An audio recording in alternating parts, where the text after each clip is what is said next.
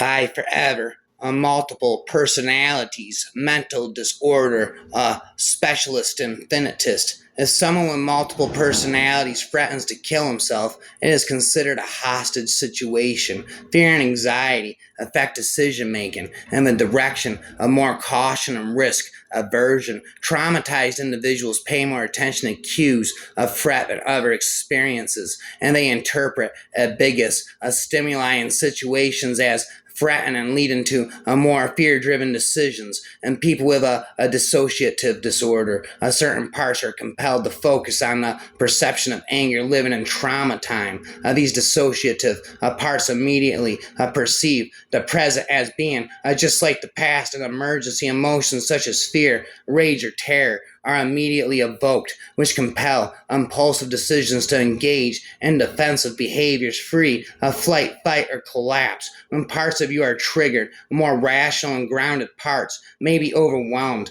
and unable to make effective decisions. The individual does actually carry on a double existence, and one designed to serve his own purposes, and another as a link in a chain in which he serves against or at any rate without any volition of his own. Theirs was the eternal youth of an alternating self, a youth with the constant, although unfulfilled, promise of growing up. After the writer, Sybil, lost almost 2 days coming to, she stumbled across what she had written just before she had dissociated and wrote to Dr. Wilbur as follows. It's just so hard to have to feel, believe, and admit that I do not have conscious control over myself. It is so much more threatening to have something out of hand than to believe that at any moment I can stop. I started to say this foolishness at any time I need to. When I wrote the previous letter, I had made up my mind I would show you how I could be very composed and cool and not need to ask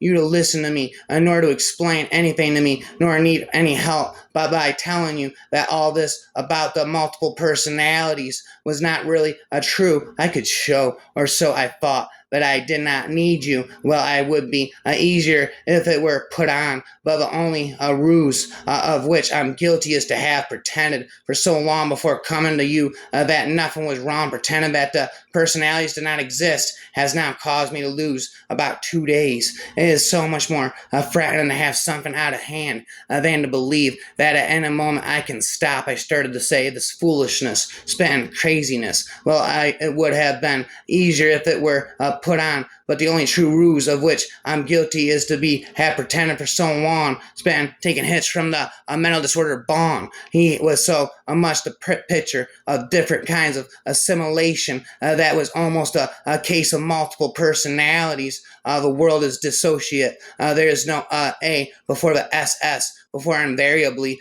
say dissociate, which if you are suffering from dissociative identity disorder, multiple personality disorder, can be irritating. People then want to know how many personalities I have, and the answer is, I don't know. The first book about multiple personality disorder to make an impact was Flora Retta Scriber's Sybil, published in 1973, which carries the subtitle The True and Extraordinary Story of a Woman Possessed by 16 Separate Personalities. Corbett H.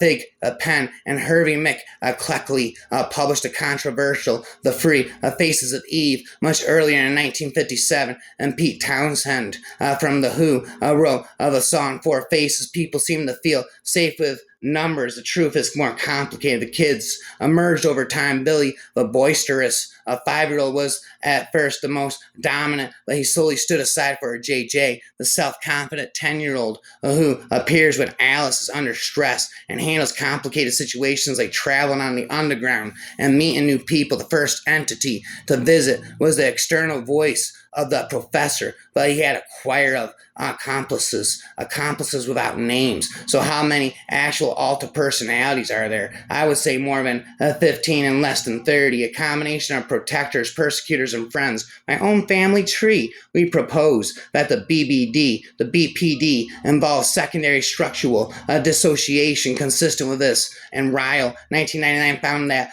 patients with BPD encompassed a dissociative part of the personality that seems to represent an AMP, a copen, AMP, and more than one EB, abuser rage, victim rage, passive victim, and zombie. Some patients with BPD have had severe dissociative symptoms and may actually border on a DDNOs or a DID. Our clinical observations suggest that dissociative parts in BPD patients have less emancipation and elaboration and less distinct sense of self than DDNOs or DID, spitting for eternity to thee.